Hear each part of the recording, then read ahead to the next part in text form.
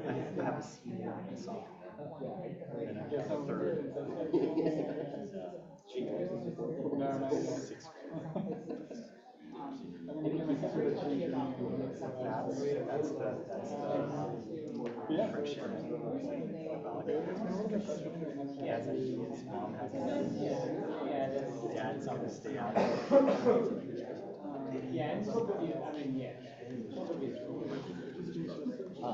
With that mic, you just hold on the 5 until the light comes on. Should I do that now? Do you see the light? When it stops flashing, it's ready to go.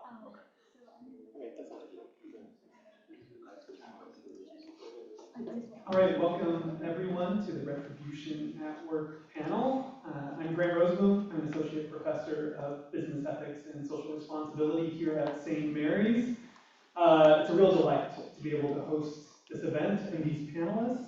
I'm going to start by introducing our panelists this evening. I'm going to kick things off with a few questions for them, and then I'm excited to turn it over to you. You can ask them some questions following the discussion.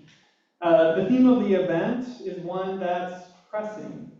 How is it that we should draw boundaries around the appropriate ways that employers monitor and sanction employees for what's happening outside of work? And what are the kinds of sanctions that seem in bounds and out of bounds? I couldn't think of a better group of panelists to tackle these questions with us this evening. I'm just going to introduce them, starting with who's closest to me. So right next to me is Jenner Balago. He is the Chief Compliance Officer for X Payments, formerly Twitter. He specializes in building global payment networks. He has worked for the U.S. State Department, Wells Fargo, Union Bank, Airbnb, and Alibaba. He studied information systems management at UC Santa Cruz and earned his MBA right here, St. Mary's College. He lives in the Bay Area with his family. Next to Jenner is Tim Gunderson. He's currently Chief Executive Officer at compliance and risk startup vComply.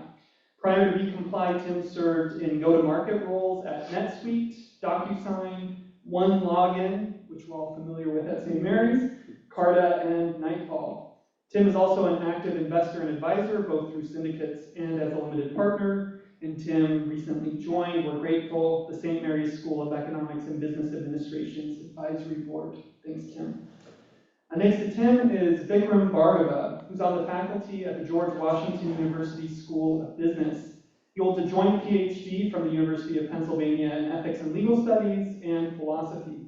He's also co-editor of the Journal of Business Ethics section on technology and business ethics.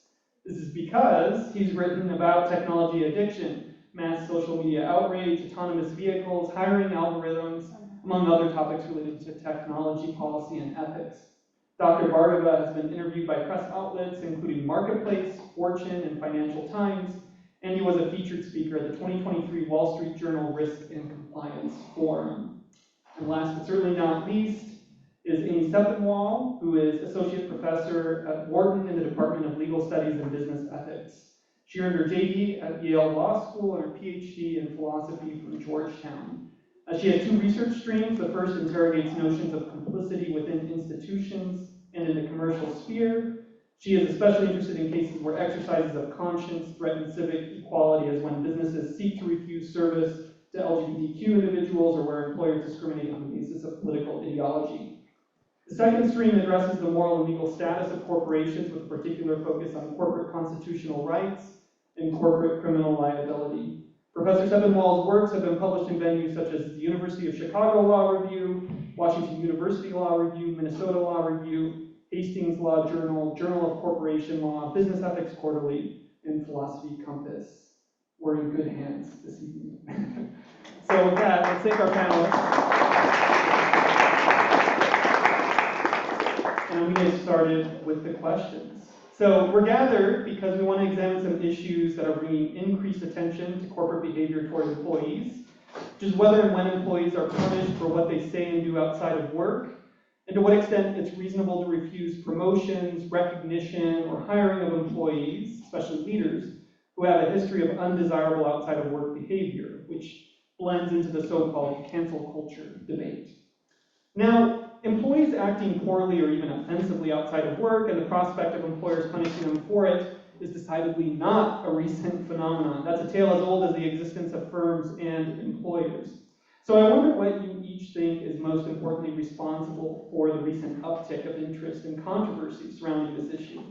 Now, for me, several factors immediately come to mind: the prevalence of social media usage, political polarization and culture wars of various kinds, and pressure on companies from shareholders and customers to take a stand on a wide range of social matters. But I'm curious what you think. Which of these factors or which combination of them lies behind what we're now confronting?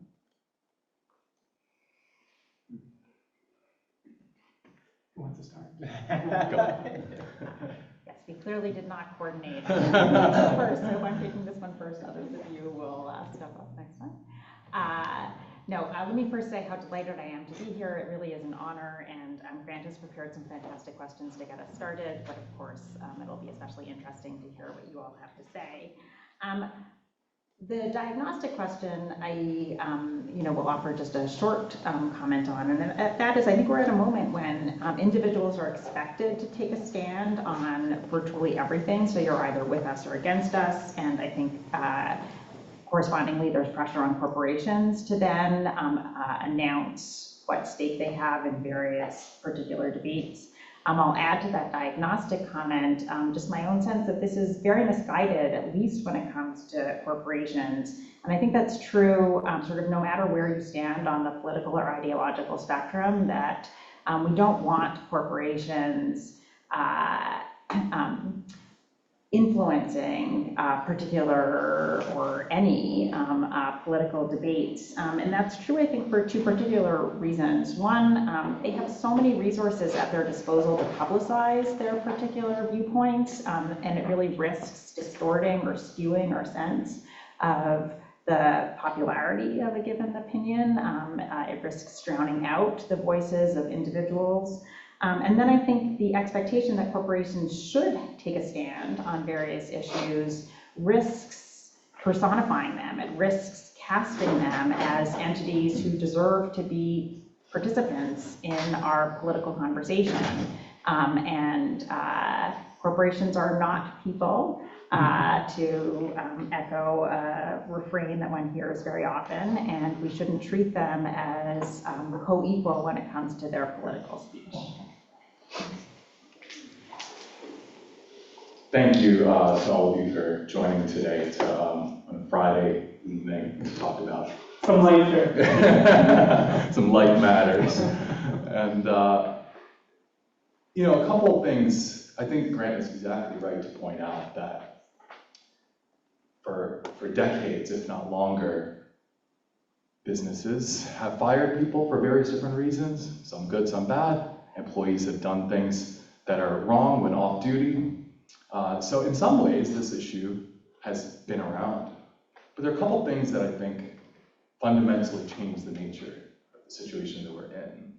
The first is that for the first time in history, within moments, the mass outrage of not just thousands, but hundreds of thousands or millions of people can fall upon a wrongdoer. This is unprecedented in scale, so this is one thing that is fundamentally different. A related notion is that in the past, if we sort of blamed each other for some wrongdoing, often blame is justified in response to wrongdoing. But let's suppose I accidentally blamed you for doing something, and I was wrong about that. You in fact didn't do that thing. When I bump into you later in town square, there's going to be a sense in which I'm embarrassed. I might need to apologize to you for wrongly blaming you. But now, it's just as easy as just deleting the fact that I called you out online. So these things taken together suggest that the costs of blaming one another has come down dramatically, but the cost of being subjected to blame is at least as significant, if not more, because we can't even reinvent ourselves. Well, okay, maybe we're a pariah in our community, but we can move to a different community and reinvent ourselves. That option is not there, in part because of the sort of permanence of your online record. So these two features, I think, fundamentally change the nature of how we sort of hold each other accountable in terms of our social relations with each other. Thank you. Yeah, so I think just for context, you know, I run small companies within 100 miles where we're sitting right now. And I think one nuance that's interesting is I've been around long enough to where you'd go to the office, maybe this is more for knowledge workers, but I would show up at the office with my office, the Tim office guy persona, or person persona. And then I'd go home, and I'd take a long ride home, and I'd get home an hour later, and I was Tim, you know, family person, or, you know, in my personal life persona, and there was a line there. That line, especially in my context, doesn't exist anymore. I'm in my pajamas working in the morning. I don't go to an office. I haven't gone to one in 5 years. All my employees, maybe a couple percent, don't go to the office. Aside from 1%, don't go to the office. So it's interesting because, again, personally, I know folks that I've hired and built companies with, there was two sides of that person, whether that's right or wrong. It was how we lived, and now it doesn't exist. And I would also say with social media, there was kind of personal social media accounts of, you know, Friendster back in the day, and then Facebook, and these things keep coming along. There was something called LinkedIn, which was your professional social network, right? And it was professional for a moment. And now, for those that use LinkedIn, it's one of all the social networks now, right? So it's not, there's other value there, but again, that's a blurring of the lines between who we are as workers and employees and who we are in our personal life. And I think that's a really, again, from my context, that is striking. My phone right now is my personal phone, but I can do all of my work, and I do all of my work on it. I have access to all of my business productivity applications that my company pays for. So whether, again, I'm working or not working, I can't tell the difference anymore. That's a good point.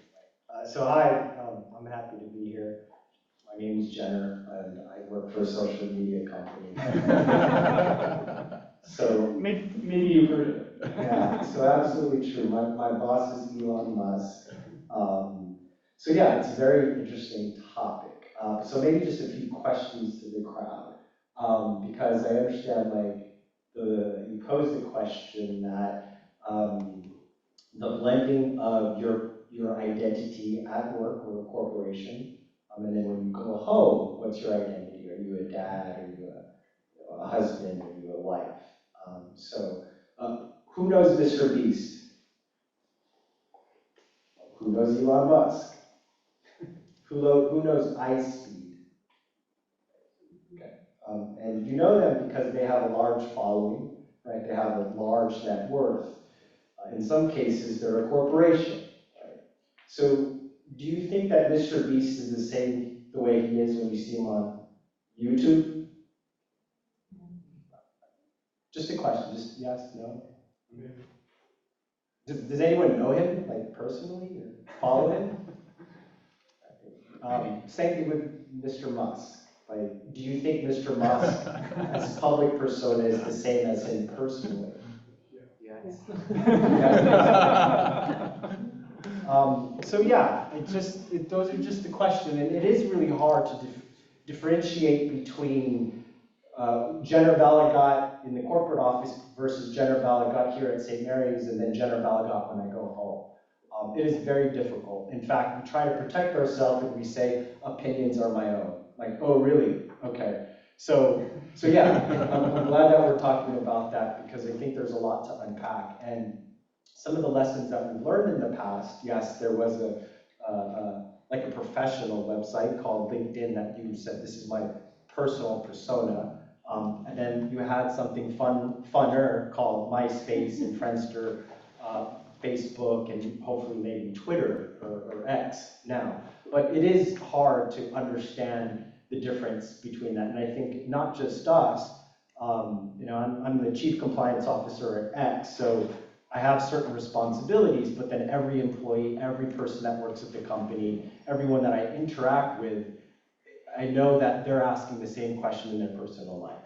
And frankly, I don't have an answer, but I think I do have a lot of questions, and I think that's important, because as we develop in society, and as we expand, not just the global landscape, as we expand to outer space, what is that going to look like? Do you now have a terrestrial persona versus a lunar persona? I don't know, but I think it's important that we ask these questions. And if we don't have the answer, that's great. We've got great professors that will hopefully write some sort of white paper and then give us at least a path to think about things. Because I think part of it is just recognizing that it exists, and then each one of us will come up with that answer themselves. So I think that's important. All right, well, I'm going to keep us on earth for now. But this tees up nicely a case I want us to think about. So one of the prominent, early on the contemporary STEAM examples of what we're talking about involved Virginian Julie Briskman. She was out cycling in 2017 when then President Trump's motorcade rode by.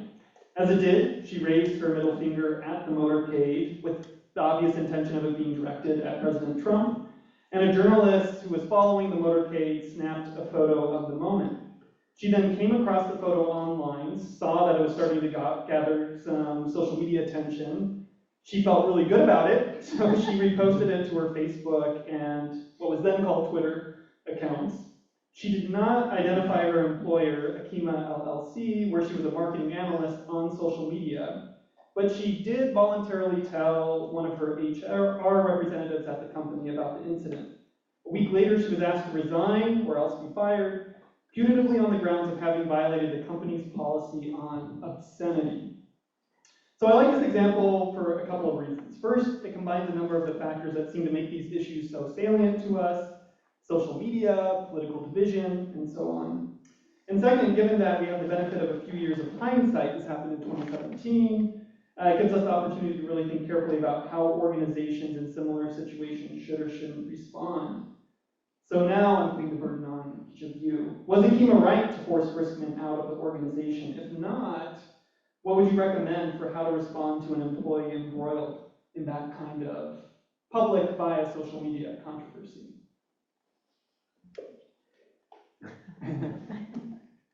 You want to keep that order? Yeah, go ahead. Let's keep Sure. it.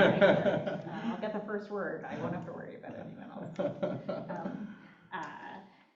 No, I am really keen to learn from my fellow panelists.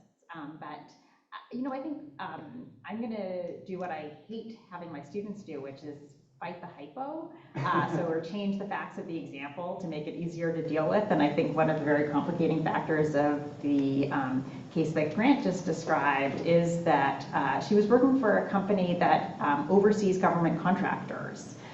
So that, I think, problematizes the example in ways that maybe aren't that helpful, because we want to know if she had been a high-level employee at Target or at a beer company and had given the then president the finger, what the appropriate response on the part of her employer would be. I won't even answer that question. I'm just not, I'm not sure what to do with it, but I will say that I think that there should be some limits on an employer's ability to fire an individual based on their political viewpoints. I mean, she happened to voice hers in a particularly graphic way, and so you might ask questions about her judgment. But suppose she hadn't voiced it in a graphic way, and nonetheless her employer was concerned about her particular political commitments. Grant and Vic have just heard me go on ad nauseum about how this should not be a relevant job consideration. Employers shouldn't face hiring, firing, promotion decisions on the basis of this. And I'll just offer a little capsule version of why I think that is. You might think that, look, we have this thing in the United States, it's called employment at will. It means that employers can hire or fire anyone on practically any basis at all. Correspondingly, employees can choose where they want to work, and they can choose where they want to work on virtually any basis at all, and they can leave one job for another job. And you might think that that just, makes it the case that both sides have equal power when it comes to this relationship. But in fact, that's not true. It's not true because, of course, there are many fewer employers than there are employees.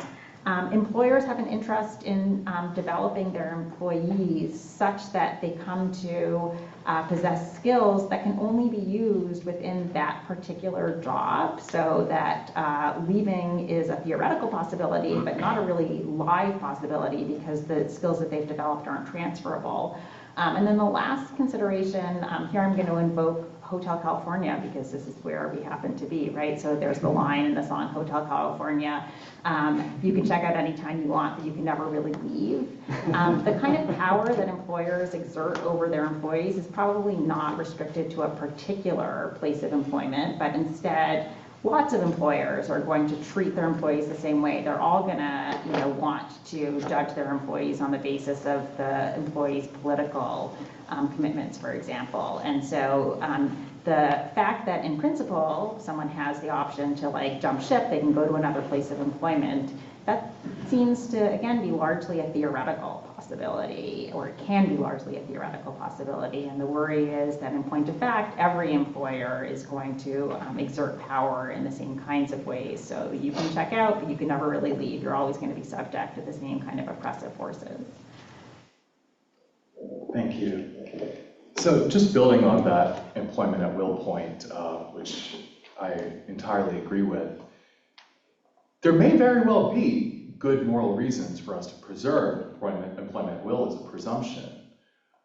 But it's an entirely different question of what are better ways in which we might exercise this right of firing somebody, right? So some reason that people say that we should have employment at will is if we don't have it, if we increase the cost of firing people, employers are less likely to hire new employees, right? So that's a serious concern.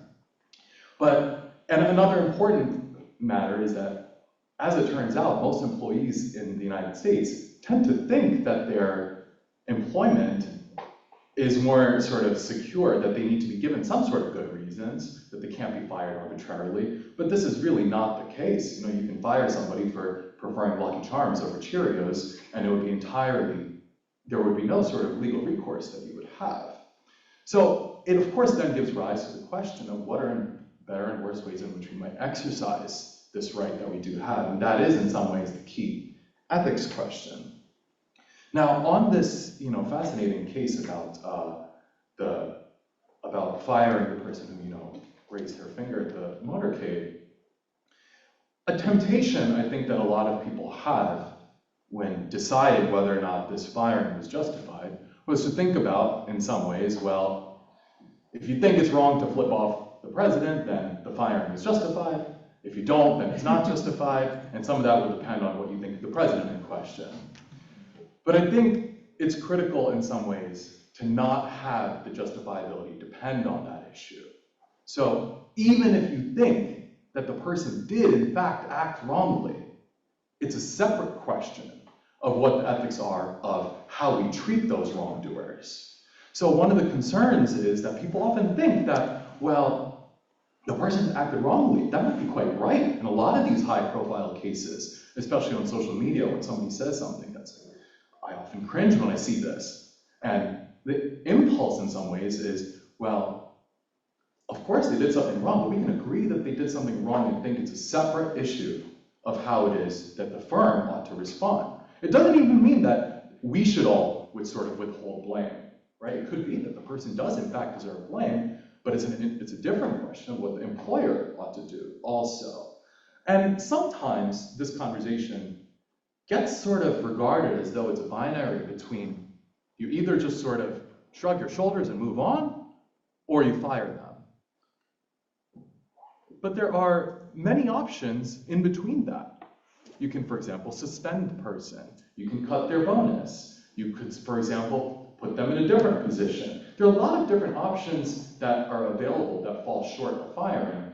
And I think it's a concern that we sort of are so quick to use the most severe sanction available to an employer without at all attending to the nature of the wrongdoing in question and whether that maps on to the sort of severity of the sanction in question.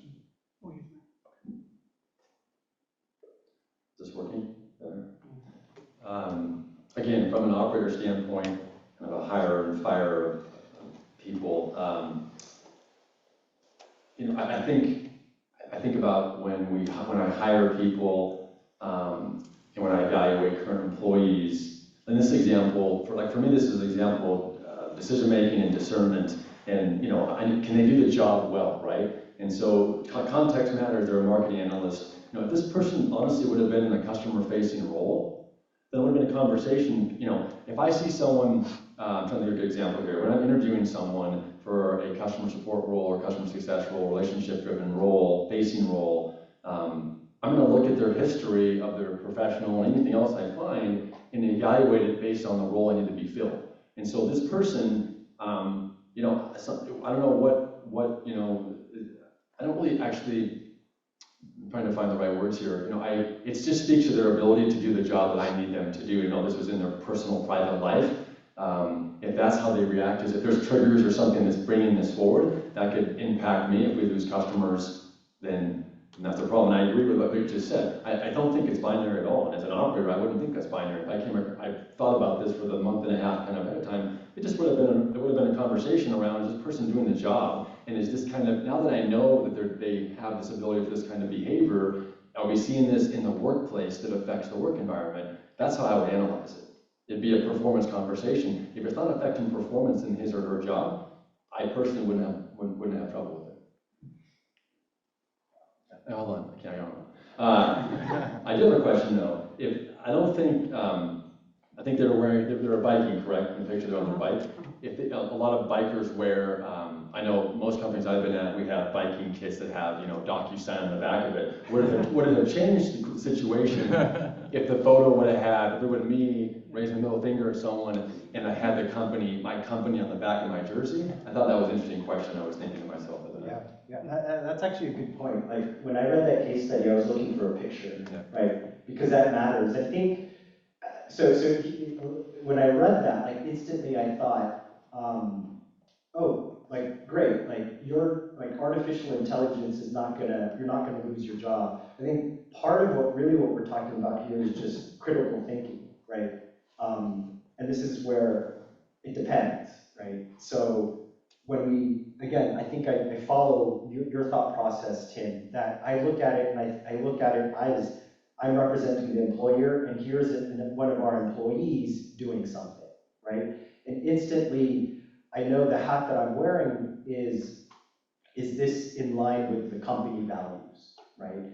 And especially at a company like Twitter, now, you know, if the question is, do we accept this behavior or do not? I think it's not as simple as something binary, and it's really going to depend. And what I mean by that is, look, we're a social media company.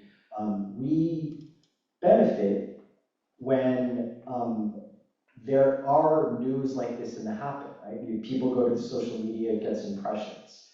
So it takes multiple different levels, because yes, we can debate all day, but what about if half of your employees like that tweet, right, or that post? Would you include them, and would you also look at them through the same lens as the person that you just terminated, right? What if they retweeted, right? And yes, it does leave what's that word I'm looking for? A digital footprint that may be there forever, right? And so, as an employee, you do have to really think about, is that something you would do? Because that could either hurt you or it may even help you, depending on what you want to do. If you're like, maybe not Mr. Beast, but let's say if you are a controversial social media content creator and your goal is to create an impression in the world, that may be your goal, right? So again, I do agree that it should be aligned with the company values and what the objectives are. Again, it just goes back to critical thinking. Let's talk a little bit about those values and what would guidelines for good critical thinking then look like. So the question is, moving forward, if you were to give guidance to an employer about how to weigh some of these competing values, what would that guidance look like? So one way to think about how to categorize the values, on the one side you have something like fairness to employee considerations, such as due process, some amount of personal liberty or freedom of expression, especially outside of work, privacy from employer intrusion. So that's one kind of category of values, but what you were just speaking to, Jenner, would fall under something like organizational integrity considerations, enforcing organizational values, maintaining a consistent public image, upholding corporate reputation. So again, if you were going to design guidelines for organizational leaders, trying to think through how do we account for and balance those competing values in these kinds of cases, where would you start and what would you recommend? Go for it. I need to form my thoughts. Okay, I'll pass it. Yeah. Yeah, I am going to be especially eager to hear from our chief practitioner panelists on this because I have, never hired anyone, I think. But I'll nonetheless venture maybe a few thoughts and maybe pick up on something Tim was saying a moment ago about like, is this relevant to the kind of work that I need to see the employee doing? And of course, that's going to be a really fine-grained kind of assessment. But it also seems like there are certain things that probably are not relevant. Again, when your employee offers a obscene gesture, that's going to be different from when your employee is simply wearing, the hat that is the slogan of a particular presidential candidate or other ways broadcasting their political allegiances. And my own take on this is that employers should be really constrained in the range of considerations that they bring to bear, that they really should be guided by, like, what is in the job description?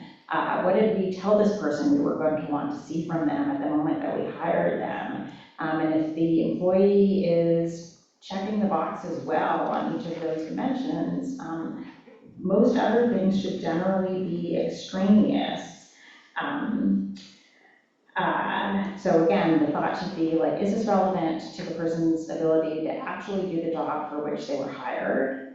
Maybe a secondary consideration is this person going to jive with the other employees in the workplace? Have they done something that's going to be taken to be so offensive to the other workers that now, productivity is going to be affected because the team morale is somehow going to be undermined?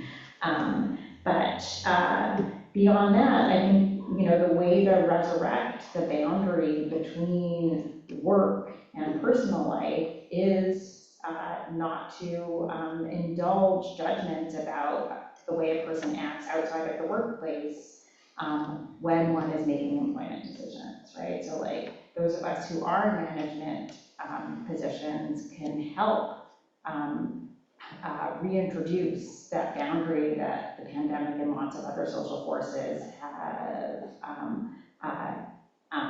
weakened, and reestablish that boundary just by, announcing to your employees that you're going to give them a lot of space to be themselves when they're outside of the workplace, and in only a very limited range of circumstances are you going to take what they do outside of the workplace into account in the kind of employment decisions you make.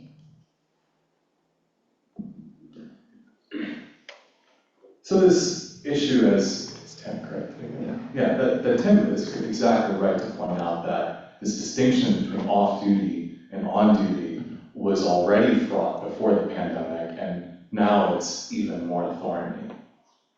Now, it does seem to me still that there's some sense in which there are certain kinds of things that seem properly outside of the scope of the employer. Now, this doesn't seem to track whether you're on an office campus or not either. So, for example, you might be at the office campus, and suppose your employer thinks that, well, it's wrong for you to use formula to feed your child rather than breastfeed your child. It seems like that's not the kind of grounds that an employer should be able to terminate somebody on the basis of, even though it is happening at the workplace. And similarly, we might think that there are certain things that are happening at home, where you are online from the comfort of your couch, that definitely bear on your workplace-related obligations. It's all to say that it's a much sort of thornier issue of how we cut up this distinction, but I think I would sort of pause before thinking that there is entirely no limit between the range of things that the employer ought to have scope over. I also would hesitate in how we might think about creating or policies or governance around this issue, to have it just be simply whatever it is that the employer characterizes as relevant, or however they might decide, well, here we're going to structure this sort of employer-employee agreement, so to speak. It's not quite contractual, but in a way that gives us sort of entire freedom to be able to justify whatever firing that we do shy of the protected classes.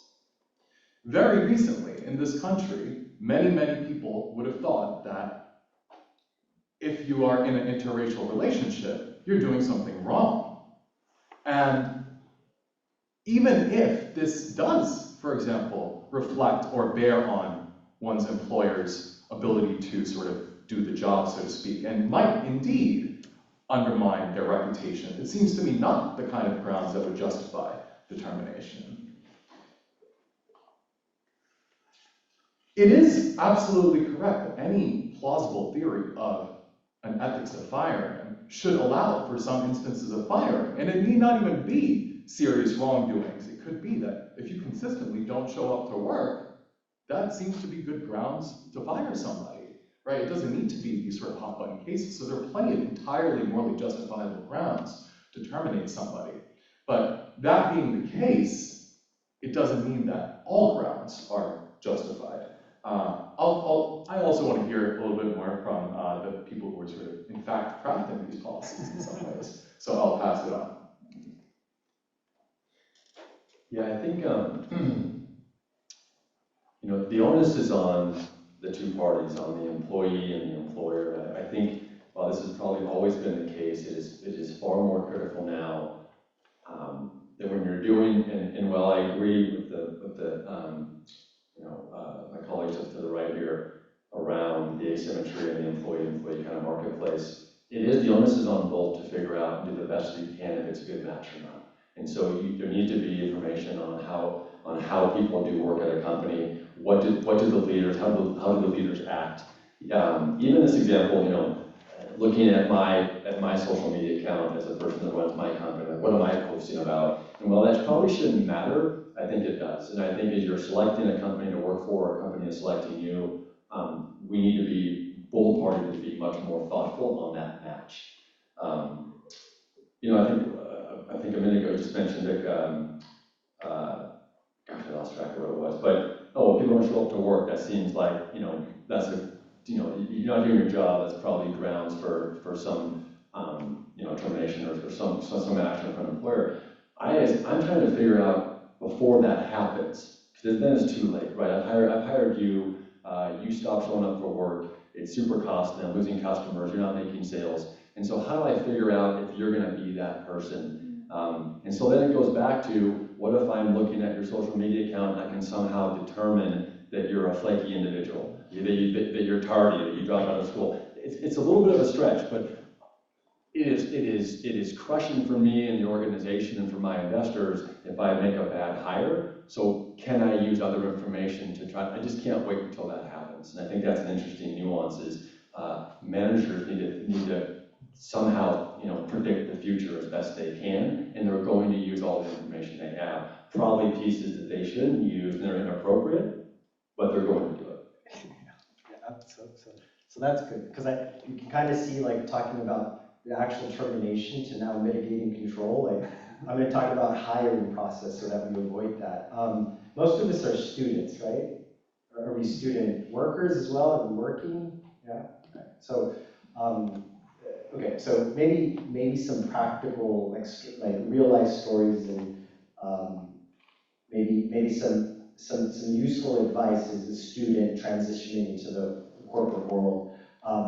When we hire, when I receive a resume, the first thing I do is do a Google search, right? Just right off the bat and see what comes up. Then it's LinkedIn, and then we will hire software to do a background check. Now it depends. It depends on the role and the level. So obviously if you're a high level role, like the CEO of Twitter, oh, believe me, that's gone through a full background check, right?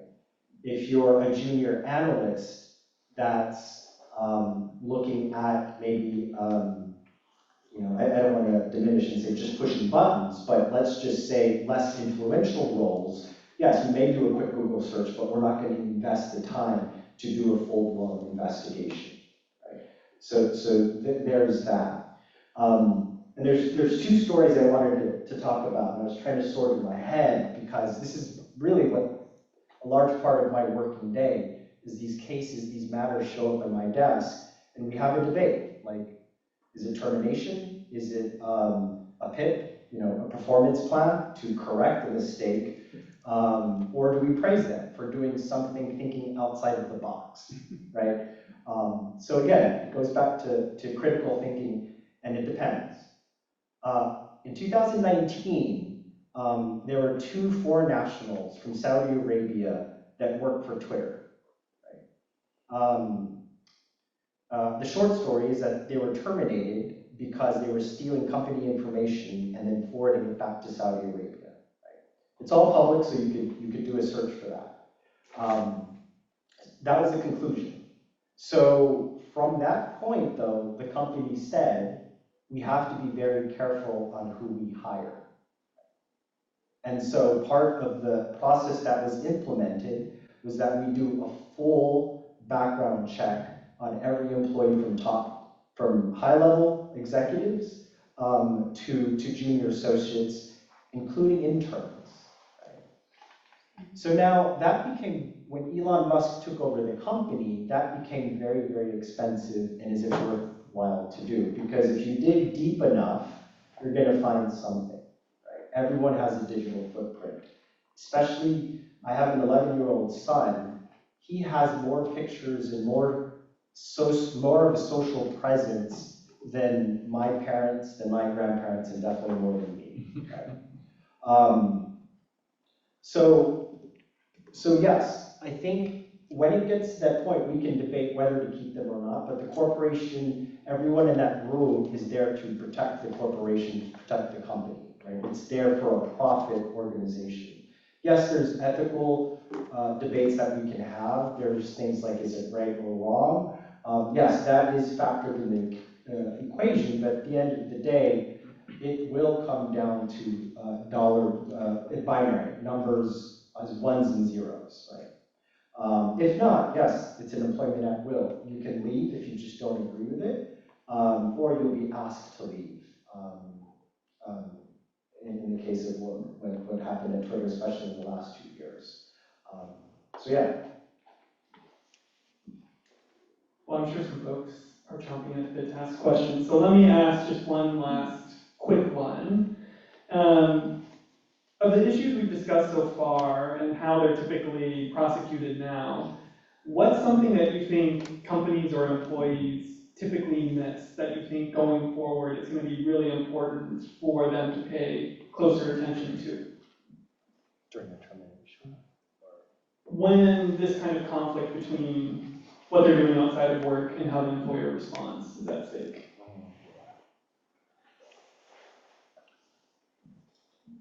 Kind of a short answer, but kind of back to my last point, I think trying to avoid surprises, right? So I think doing the best to set expectations on how a company operates. And so when any variation or form of these come up, and both parties, employers and employers, know what's going to happen next. So in this case, the manager would have a conversation with this biker and say, you keep posting this, reposting this. You talk to the manager about it. You're obviously really excited about it. What's happening, what's going on.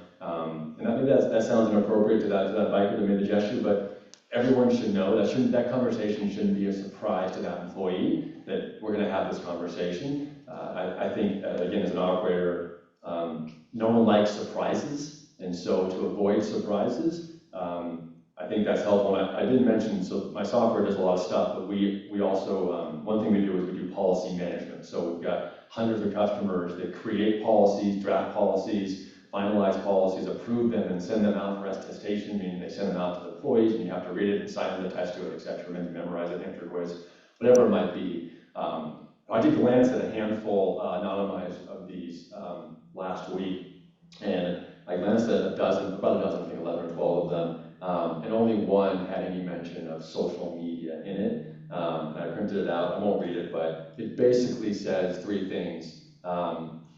You're connected to the firm. This is a large professional services firm.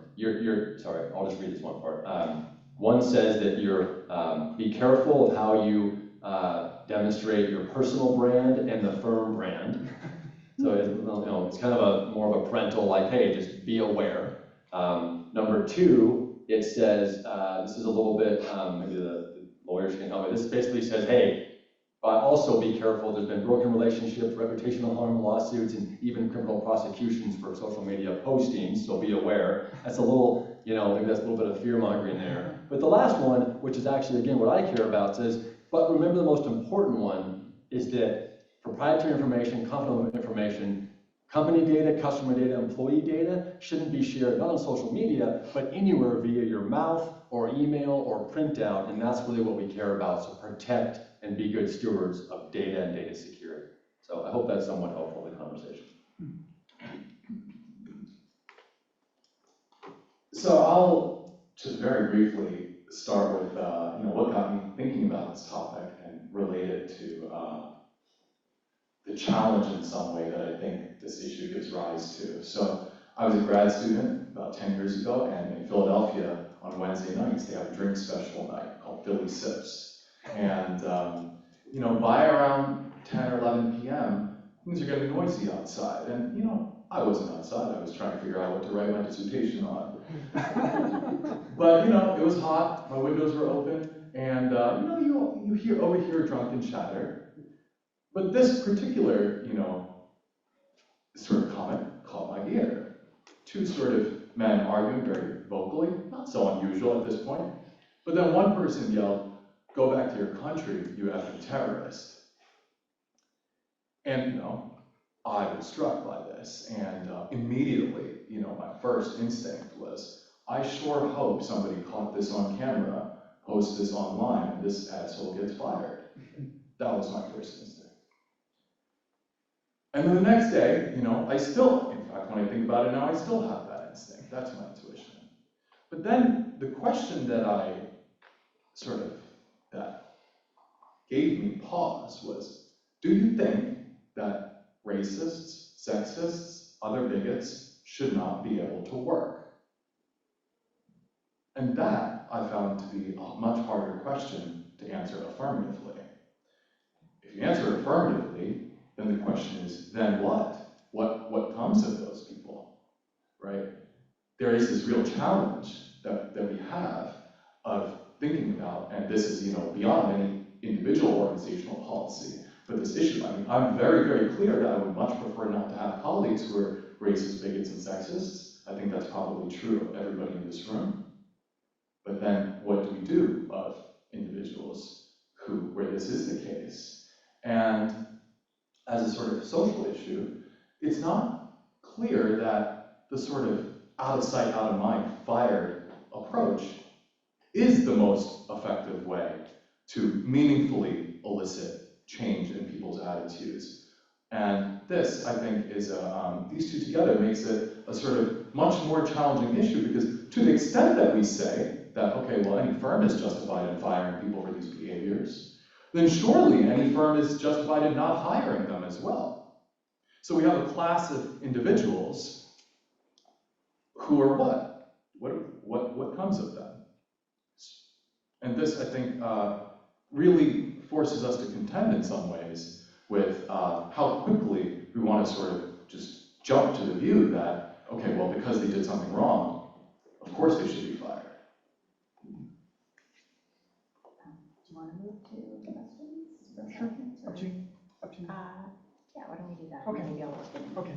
Why don't we grab that mic again to see if it works, and then I'll walk around.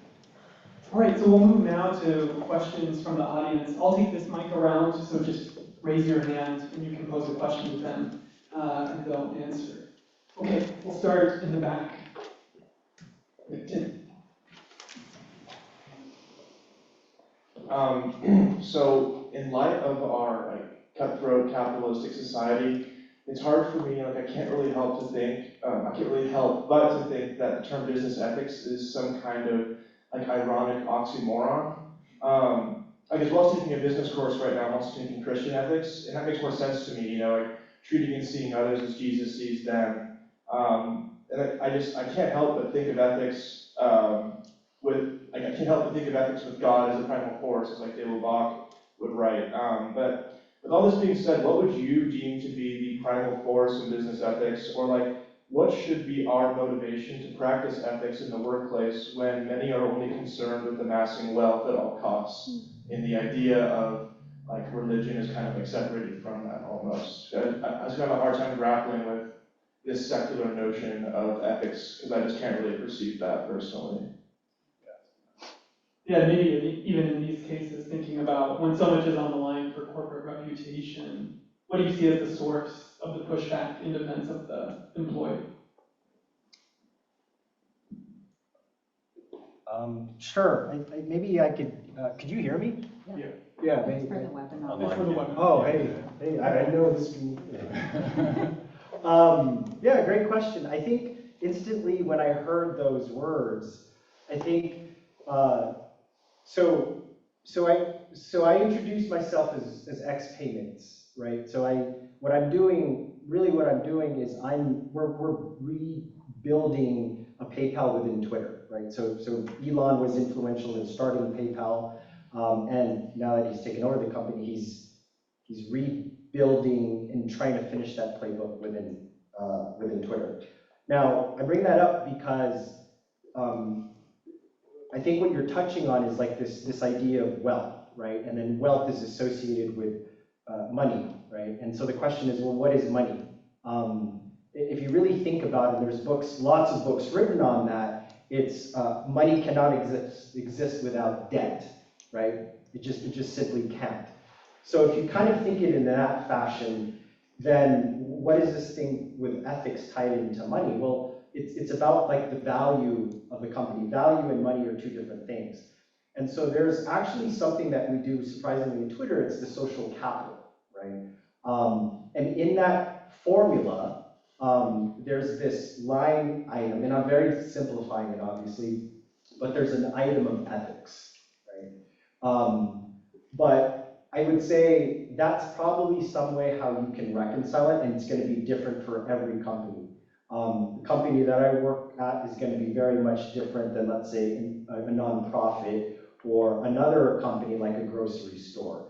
But most of these companies, this discussion that we're having today, even when I was a graduate student here, that's something that we've talked about heavily. And that actually carries a lot of weight because something like ethics takes a very long time to build up, and you sort of have to prove yourself as a company. Right? You can't just say, hey, we're going to make ethical decisions. Well, no, it doesn't work that way. That comes over time. So as the company matures, it has its highs and it has its lows. The company is being tested. And that's why you hear a lot of these companies talk about their corporate history, right? When you think about Coca-Cola, for example, which has almost been, I think, around for 100 years, right? There's an ethical standard and there's a line item of how they measure their wealth, right? So if, for example, Coca-Cola is almost just an IP company today, right? It's a distribution company, it's an intellectual company. If you try to buy the Coca-Cola brand, right, part of what you have to consider is the ethical values that come with that company and what it stands for. Right? So I know it's not a direct answer, but hopefully it helps you reconcile kind of the two things that you're juggling, right? Value and ethics. Thank you for that question. So I think that sometimes when people think of an ethics class in a business school, I think you're exactly right that's the reaction. And in some ways, I'm sympathetic to it. You don't seem to need to take a class to learn that Enron did something wrong. But there are a whole range of, all the interesting ethics questions are ones that don't come with neat labels that say, here's an ethics issue for us to convene a meeting about to decide. I'll give you a couple examples, right? Anytime, let's say you're working at a tech company, you're making a new app, let's say an online dating app. What features you should include on this that make the app better or worse? Better or worse with respect to what is an important question. And that end that you're discussing is a matter of ethics. So for example, many dating apps right now offer the ability to filter prospective romantic or sexual partners by race. And most product managers are not going to think, oh, we're having an ethics conversation about what features to offer, but you decidedly are when you're doing so. Another example is that many elite, for example, investment banks or management consulting firms, they'll only recruit from a very narrow set of universities and will not appear on any other universities, right? And most people don't think, well, oh, here's an ethics issue, which school should we recruit at? It's just sort of shrug your shoulders. We're going to recruit at the Ivy Leagues plus a couple more and that's it. But these are the sort of more interesting ethics issues that come about. And even on the point that there's this famous article that an economist, Milton Friedman, wrote about the sole thing that corporations should focus on is maximizing profits. And notice, though, that that's not an empirical scientific claim that describes the world. He's saying what the world should look like. And he's advancing an ethical claim that you might think a mistaken one that he doesn't have a good argument for. But it is decidedly a matter of ethics. And even if you sort of start with, let's say, look at the sort of history or foundations of capitalism, there are numerous different normative moral arguments people make for this. Now, whether or not those are good arguments is a different issue. But there's a sense in which the way people expect ethics conversations to come about, those are sort of in some ways easy questions. But even this issue of, okay, well, is the sole responsibility to maximize profits? Even if you think so, you are making a moral argument that can be justified in better or worse ways. Thank you for the question. Another question up here? Hello, my name is Rebecca Carranza. I'm a politics major and an ethnic studies minor. I guess the question that I had for you all today is, I guess nowadays, or even like within the future, I see that there's more of a meshing within the public and private sphere of people's personal lives. And so I guess how is the hiring process going to look like once both public and private sphere mesh together almost as the same thing? What boundaries are going to be made within that same hiring process, and like what limitations will be applied or not applied? So yeah, that's my question. Yeah, thank you. Thank you for the question, good question. You already heard me kind of probably a little bit of my point of view on this, but I'm going, in hiring you, I'm going to look at all the information to make a decision.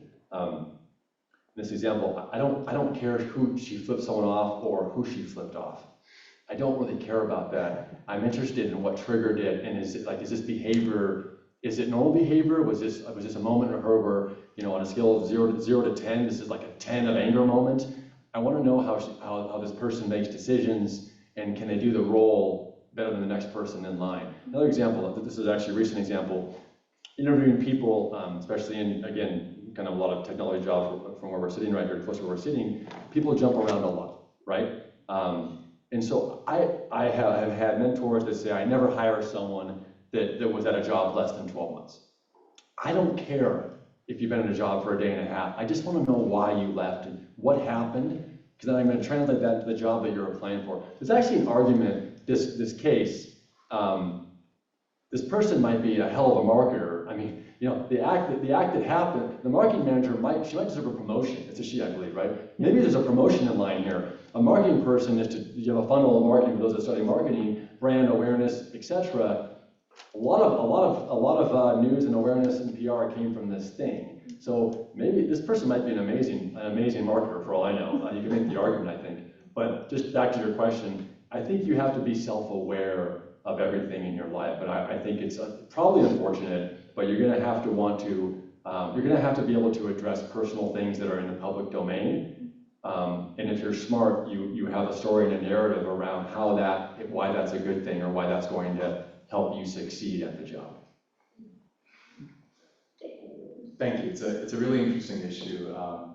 Just to kind of flag a flip side of this question that we're talking about, one of the things I've been thinking about recently is many people think that you should be able to fire somebody for their off-duty misconduct. But then there's the other question of, should you consider a person's off-duty laudatory or praiseworthy conduct in decisions about bonuses, promotions, or hiring, right? So let's suppose there are two candidates that are equally qualified for a position, and one decides, well, I'm going to donate to a charity before promotion time. Should you take that into account? And this sort of flip side is one that I think we've sort of overlooked, and I'm hoping to think a little bit more about with the help of everybody here. Barry, did you have a question? Yes.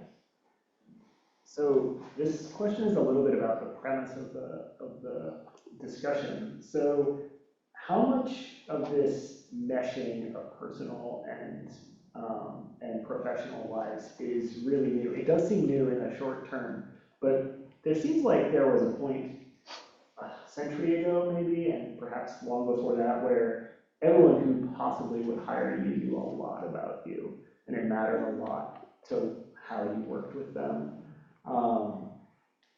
And so the question is, if you accept that that's true, what improvements came from the kind of anonymity that come from, say, working for a large corporation or a large employer of some sort? And do you see those improvements or benefits as sort of being lost, or is there something new going on here with the particular way in which people's personal lives are enmeshed or known about by their employers?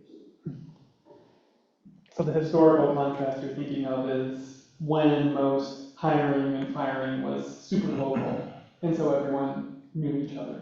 Yeah, maybe it was done within families, maybe it was done within a small village or something like this.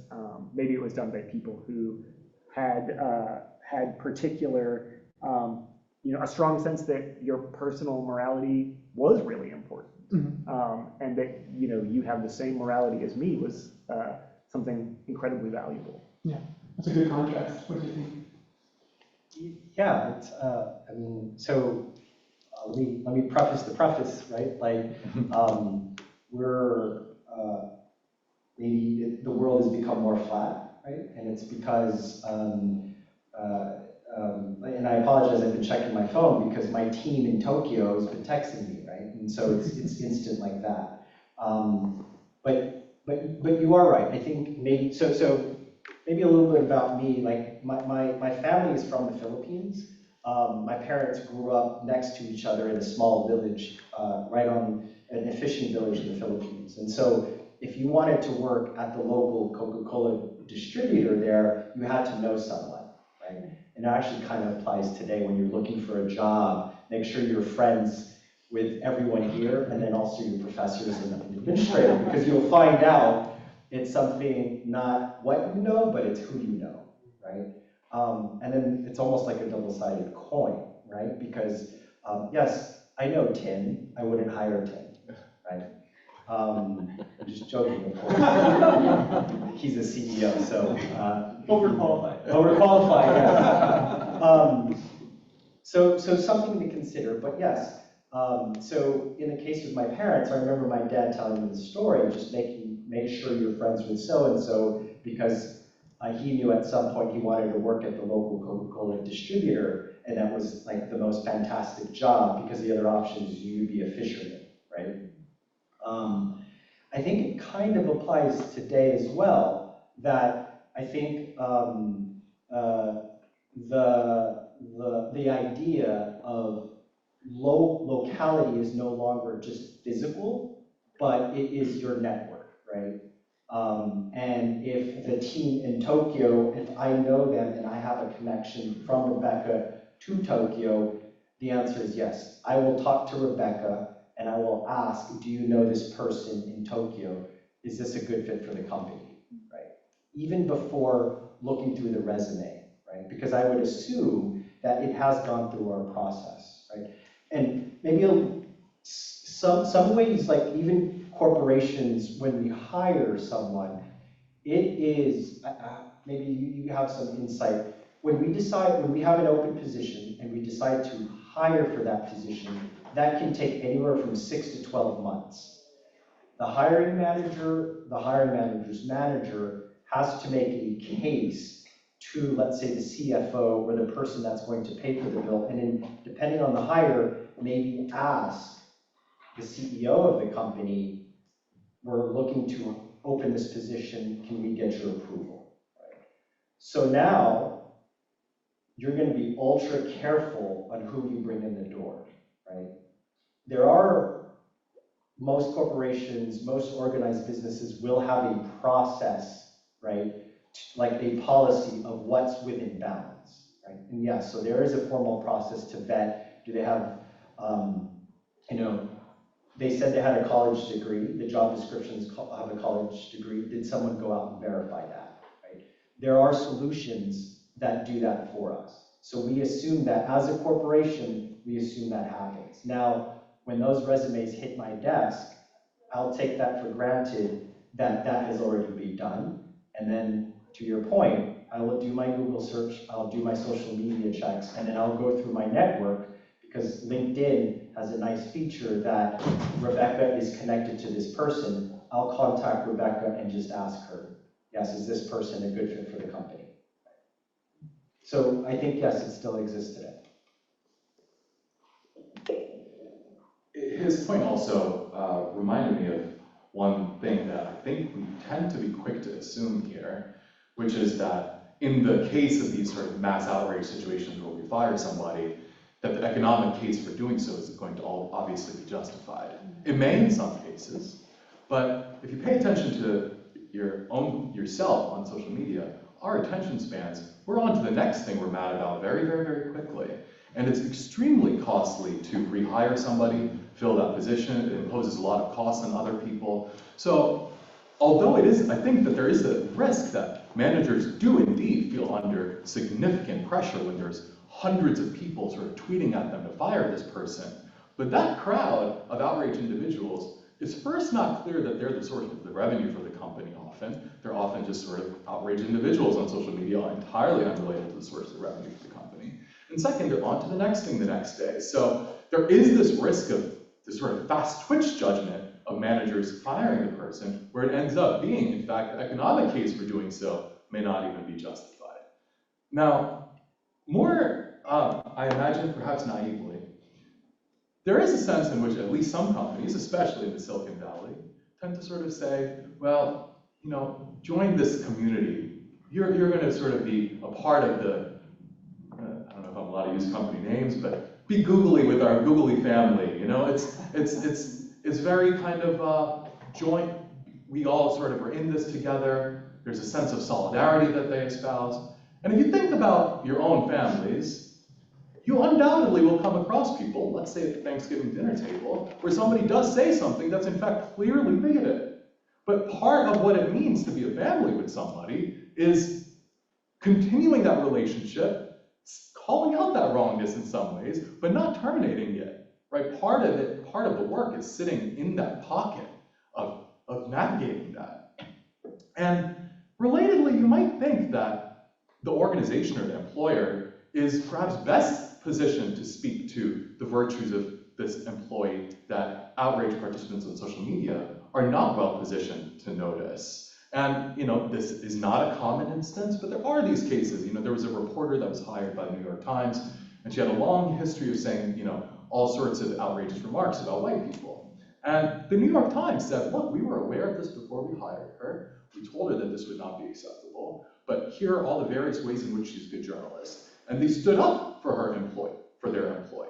And this is, you know, a very rare case, but it is, you know, if you think of what it is that you would look for in terms of a community or a family member that's in any sense meaningful, it's that they stand up for you even when you have, in fact, done something wrong. Now, we're a long way away from that world, but, you know, it's an interesting thought about a different role that businesses might take. All right, one more question from the back here. So you mentioned something about like with online people's reaction, and when they go after companies kind of tend not to listen. What happens if it's like a small business or a small company? Do you think that changes? Because if they're small, they don't have the same amount of power a big company does. So do you think that the reaction changed, that they won't tend to listen to people saying, fire this person because all they're on video doing this, or they'll be silent?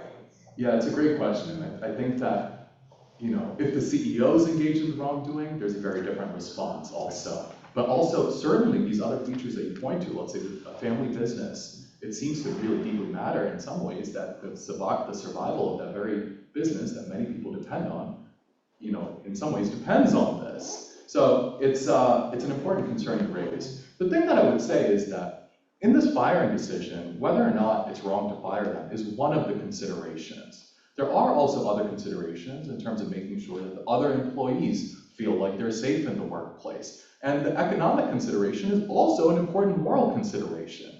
So the only point that I'm suggesting is that, it may not obviously be good moral grounds to fire somebody, but there may be other kinds of reasons that weigh against that given factor. And in that kind of case, it seems a good example where, hey, look, our business's survival in some meaningful way depends on this in a critical way. We're a small family business, and I think that does raise different issues. It's just to keep in mind that, all these different reasons need to come in balance, and it doesn't mean that it's an entirely clear case, but it may, nevertheless, all things considered, sort of justify that termination.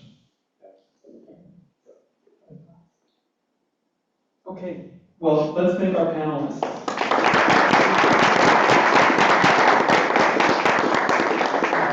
I have to go through a few rounds of things, also to all of you for sharing your Friday evening with us. First, I feel like I get to play Oprah with the panelists. Look under your seat. There's a thank you gift for you there. I also want to thank our administrative organizer. She's there in the back, Catherine Gandy, and also Mariella Crudell, who helped a lot with this event. So let's give them a round.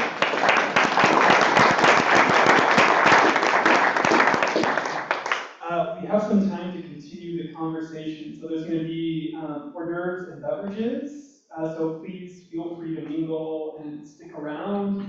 Try to find your way with panelists if you want to pose some more tough questions for them, get to know them better.